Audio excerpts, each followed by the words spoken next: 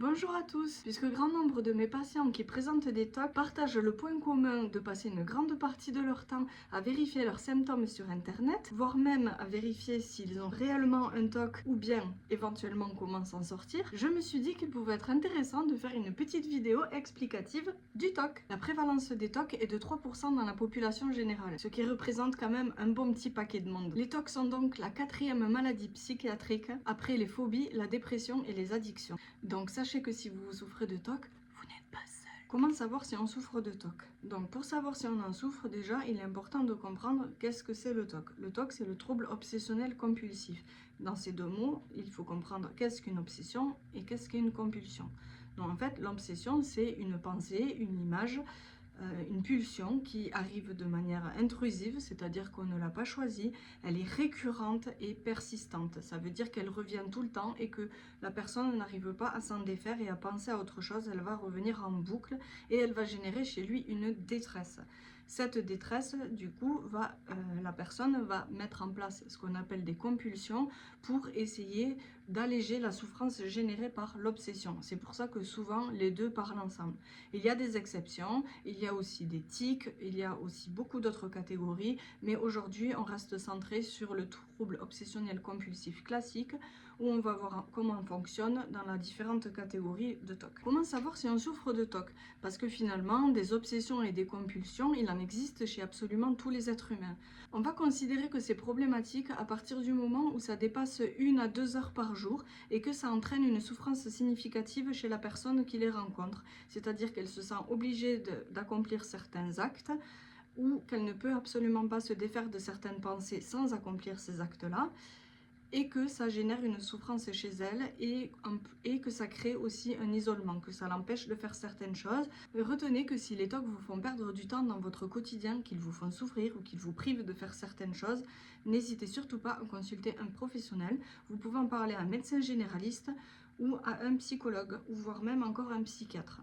Si votre TOC est assez léger, c'est-à-dire que ça vous prend entre 1 à 2 heures par jour environ, une psychothérapie TCC peut suffire. Par contre, si les TOC sont élevés, durent depuis plusieurs années et ont une incidence très importante, il faudra mettre en place un traitement antidépresseur pour vous aider à vous en sortir. Comment est-ce qu'on soigne le TOC en thérapie cognitivo-comportementale? Eh bien c'est très simple, la première chose à faire, c'est ce qu'on appelle la psychoéducation. C'est-à-dire qu'il faut que vous sachiez exactement ce qu'est le TOC et comment il fonctionne. Vous devez devenir incollable pour ne plus vous faire avoir par lui et ainsi reprendre le contrôle. Alors c'est parti, je vous explique. Donc dans le TOC, il y a deux catégories. Il y a ce qu'on appelle d'un côté les obsessions et d'un autre les compulsions. Donc vous pouvez regarder le schéma que je vais vous expliquer à l'image.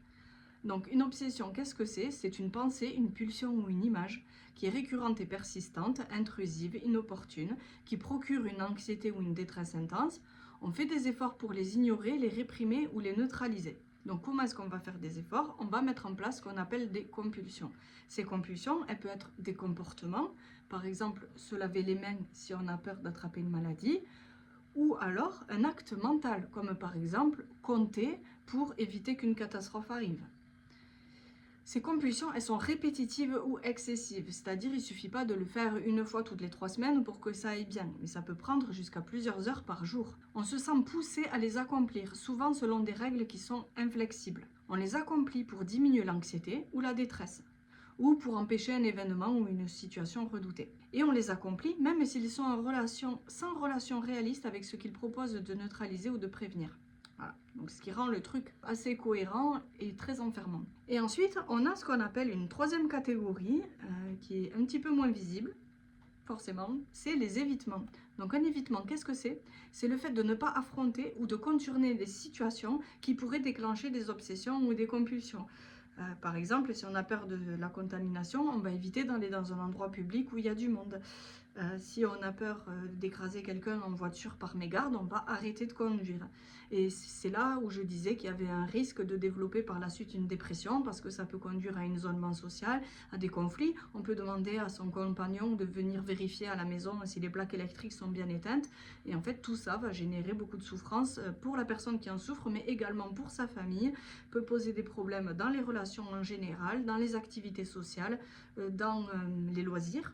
Enfin, dans à peu près tout le quotidien en vrai. L'obsession génère de l'anxiété et on sait que la compulsion ou l'évitement vont apporter un soulagement temporaire. Et c'est ce soulagement-là qui va créer une anticipation anxieuse pour la fois d'après. C'est-à-dire que je suis rassurée d'avoir évité une catastrophe parce que j'ai mis en place ma compulsion qui l'a évité, donc je ressens ce soulagement et je deviens, comme qui dirait, un peu accro à ce soulagement. Donc je vais devoir répéter ça sans cesse et c'est comme ça qu'on s'y enferme dedans. On parle de double cercle vicieux parce que plus on cherche à se débarrasser de l'anxiété et plus le TOC il se renforce. Une fois que vous avez vraiment compris comment le TOC marche, d'ailleurs ce schéma pour ceux qui ont des TOC, je vous conseille à tous de vous l'accrocher dans une pièce clé de la maison en fonction de vos TOC pour vraiment pouvoir resituer à chaque fois quel chemin est-ce que vous faites dans la boucle pour vous apprendre à le faire dans l'autre sens. Donc pour ça on va utiliser différents outils techniques. Alors avant d'entrer dans vraiment la méthode de travail, je voudrais juste expliquer que dans le TOC on retrouve ce qu'on appelle des comorbidités parfois, parce que la personne, qu'est-ce qui fait qu'elle va développer un TOC? Bon ok, il y a des facteurs génétiques, des facteurs psychosociaux, ça peut être suite à un stress assez intense, ça peut faire suite à un traumatisme, il y a tout un tas de choses qui vont faire qu'on va le développer, mais on peut avoir aussi ce qu'on appelle des comorbidités, c'est-à-dire d'autres maladies psychologiques, soit qui ont été entraînées par le TOC elle-même, soit qui étaient présentes à côté. Et donc dans ce cas-là, il va falloir prioriser avec la personne par quoi il faut commencer. Si on a quelqu'un qui est profondément en dépression, ça va être très compliqué de l'exposer à son anxiété pour justement défaire ce cercle vicieux. Je trouve que la TCC du TOC est extrêmement efficace, facile à mettre en place, facile à expliquer pour le patient. Ça fait des séances où souvent, franchement, on rigole bien, même si c'est un sujet difficile, mais qui demande quand même, je trouve, un sacré investissement de la part du patient. C'est pas juste on prend une pilule et le TOC s'arrête tout seul. Non, il faut travailler jour après jour pour y arriver. Il faut pouvoir avoir les ressources en fait pour faire ces exercices-là. Et donc ça dépend. Il y a des personnes en dépression vraiment à cause de ce TOC-là. Le fait de commencer à alléger le TOC va leur permettre de se sentir mieux et de diminuer leur dépression. Mais pour d'autres, ça va vraiment pas passer du tout. Qu'est-ce qu'on avait dit dans la vidéo de la dépression? On veut surtout pas mettre une personne en échec, c'est pas du tout l'idée.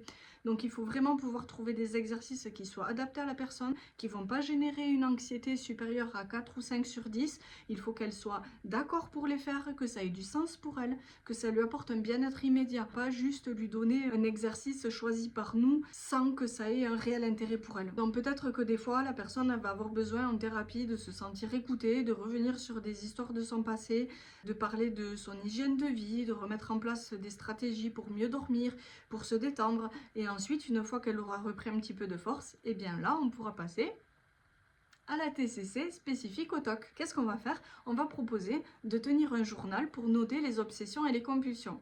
Il y a des compulsions qui sont extrêmement visibles, mais il y en a d'autres qui sont tellement mentales qu'en fait elles ne se voient pas. Vous pouvez discuter avec quelqu'un qui est en train de faire des TOC et vous avez peut-être à la limite l'impression qu'il est un peu dans la lune, mais vous ne vous rendez pas du tout compte qu'il TOC à ce moment-là. Donc la personne elle-même, il faut qu'elle se rende compte que là, elle n'est plus dans l'obsession, mais qu'elle a basculé dans sa compulsion et qu'elle l'entretient. Donc ça, c'est super important de savoir. Donc on va tenir le journal, hop, que je vais mettre ici, je l'affiche. Donc vous voyez comment ça se passe dans la obsession compulsion. Donc on va le remplir souvent sur une journée classique de travail par exemple et une journée d'un week-end. Ce qu'on a besoin, c'est de voir un petit peu différents cas de figure pour voir quand vous êtes exposé aux situations où le TOC est le plus important, comment est-ce que vous le gérez et à quel point ça engendre une souffrance.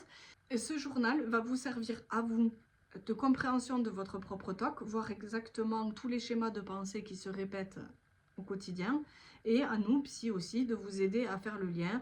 Et on va pouvoir travailler en fonction de la sévérité de votre TOC. Soit on attaque direct sur la thérapie comportementale pour vous aider à le diminuer, soit c'est trop envahissant en termes d'adhésion et donc on va commencer par de la restructuration cognitive. Donc dans la restructuration cognitive, on va essayer de prendre du recul sur les obsessions. Est-ce que ces obsessions sont vraiment fondées? Qu'est-ce qui vous ferait vraiment peur si ça arrivait?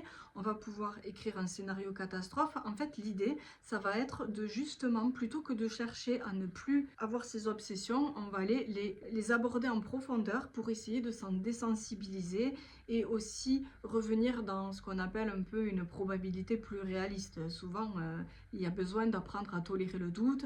Ensuite, l'ERP, donc c'est l'exposition avec prévention de la réponse. C'est la méthode la plus efficace pour traiter le TOC. Donc c'est une technique comportementale. Qu'est-ce que ça veut dire? On va faire un petit peu une liste de situations anxiogènes provoquées par le TOC. Et donc la personne va essayer de se confronter à son obsession sans mettre en place la compulsion, ni l'évitement. Ou peut-être au départ on va un peu tricher, des fois on laisse un peu quelques petits évitements pour permettre de ne pas faire la compulsion, mais très rapidement il faut aussi dégommer l'évitement parce qu'en fait il marche pareil que la compulsion. Donc c'est là que le choix va être très personnalisé et donc on va commencer par des choses très très faciles pour justement prouver que si on ne fait pas chuter l'anxiété en faisant la compulsion, en fait l'anxiété est censée diminuer toute seule d'elle-même. Bon, sauf que ça marche pas tout de suite, ça prend du temps. Il faut une exposition graduée, répétée, prolongée pour justement sortir de ce mécanisme de renforcement de l'idée que la compulsion soulage l'anxiété. Parce que oui, à court terme c'est efficace, mais à long terme on est obligé de le faire. Donc là ce qu'on veut, c'est pouvoir être confronté à quelque chose d'anxiogène sans y mettre en place une réponse pour neutraliser cette anxiété. Donc en fait, on fait souvent un premier test au cabinet et lorsque les personnes ont réussi leur test, elles sont super motivées parce qu'en fait, elles voient que ça fonctionne et c'est quand même très stimulant. Et en fait, la motivation, on l'a peut-être pas nécessairement au début, mais après, on commence à y prendre goût et j'ai vu des personnes se poser des défis tellement fous que ça en était juste incroyable. Donc voilà globalement pour la partie du traitement du TOC. Ensuite, on va noter ses progrès, on va évaluer que la durée a bien diminué. On va aussi évaluer l'impact positif que ça a pu avoir dans la vie de la personne. Et puis on mettra en place une petite prévention de la rechute tout en sachant, parce que c'est vrai que même quand on a traité son TOC, parfois ça peut arriver d'en redéclencher à la suite d'un nouveau traumatisme ou d'un événement de vie difficile. Mais le fait que la personne connaisse le TOC, elle ne le vivra pas du tout comme la première fois. Et de base, elle aura ses outils pour y faire face. Donc elle pourra se fabriquer un petit document de ce qui l'a aidé dans la thérapie. Et comme ça, elle pourra y revenir si besoin s'en fait sentir. Voilà. Et du coup, n'hésitez pas, si 3, 4, 5 ans après avoir fait votre TCC pour les TOC, vous sentez que ça revient, n'ayez aucune gêne à reconsulter un psy pour ça. Parce que on a l'habitude et souvent en quelques séances, ça se règle assez bien. Il faut juste faire un petit peu du rafraîchissement du travail qu'on a fait avant et c'est plutôt sympa. Puis de toute façon, on est toujours contente d'avoir de vos nouvelles quand on vous a pas vu depuis longtemps. Voilà, c'est tout pour aujourd'hui. J'espère que cette vidéo vous aura aidé. Si vous avez un TOC ou si vous connaissez quelqu'un qui en souffre, n'hésitez pas à partager, à vous abonner si ce type de contenu vous plaît. Et si vous voulez des vidéos un petit peu plus approfondies sur un TOC en particulier, même si je retiens à dire qu'ils fonctionnent tous pareil, eh bien n'hésitez pas. Je découvre des nouveaux TOC de jour en jour. Ils ont une prépondérance qui est très culturelle. On la retrouve avec les choses un petit peu de notre temps. Ce qui montre bien que ce sont des peurs et qui sont liées souvent à notre culture, à notre société et à nos valeurs morales, tout simplement, et aux choses qui sont importantes pour nous. Merci pour votre écoute. À bientôt!